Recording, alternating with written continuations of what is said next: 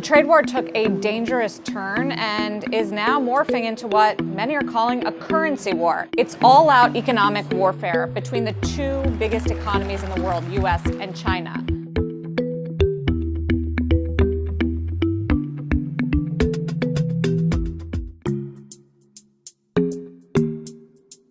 Two key developments took us here.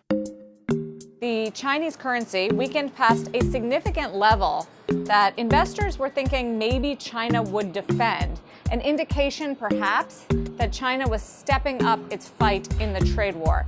The US, in response, designated China a currency manipulator, something that the US Treasury hasn't done since 1994, and while mostly symbolic, was seen as a big aggressive move to call China out and just escalate this trade tension even farther. What makes it difficult is that when you have a currency war, everybody wants a weaker currency.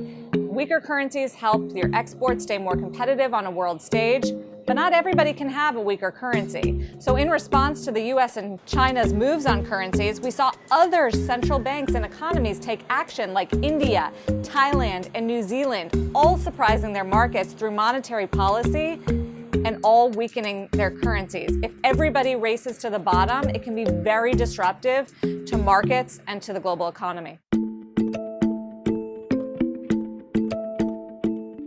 When the Treasury formally calls out another country for being a currency manipulator, not much happens. It's largely symbolic, it's a badge of dishonor, it's considered embarrassing, and puts that other country at the top of the G20 agenda for discussing what it's doing with its currency.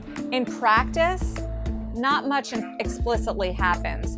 The Treasury engages the International Monetary Fund and China in negotiations and discussions about what the currency's actually been doing and how they're going to fix it.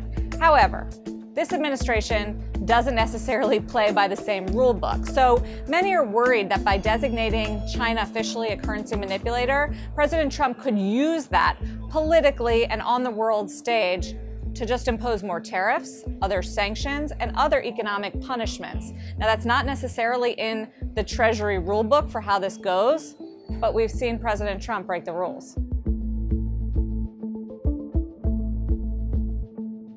Mostly everybody wants a weaker currency. There are benefits to having your currency be weak.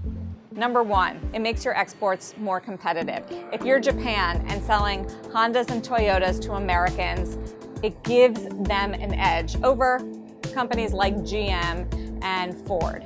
It also makes earnings more competitive. S&P 500 earnings have gotten hit this year because the dollar's been so strong. Anybody that does business overseas, from Apple to Procter & Gamble to the automakers to John Deere, which President Trump also called out during a tweet, their earnings and their revenues get cut by that strength of the dollar. They sell overseas, it's less competitive, they bring the money back home, it's worth less. We've learned this lesson so many times, and that is currency wars and tensions fueled by countries trying to weaken their currencies can have a very destabilizing effect on growth and on stock markets. It happened in 2015. China made a surprise decision to let its currency weaken, devalue the yuan. Guess what? That led the S&P 500 into a correction, 10% off the highs.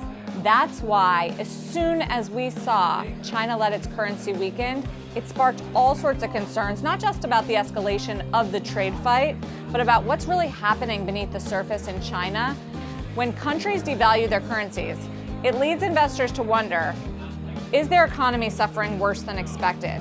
Are they going to have to deal with capital flight, a scary prospect where people take money out of their economy? We're not talking about in a small emerging market like Turkey where we had these concerns. We're talking about China, one of the biggest markets in the world and the second biggest economy in the world. When you have other countries stepping in then to fight to protect their economies and their currencies, it's this notion of a race to the bottom on interest rates and on currencies. And that is what spooked markets. The fact that it's going to be unpredictable, it's going to be a source of tension, and ultimately it's going to kill growth because tensions put up walls between countries, trade slows down, tensions emerge, and that's sort of been the theme of what we've been seeing on trade and now currencies in 2019.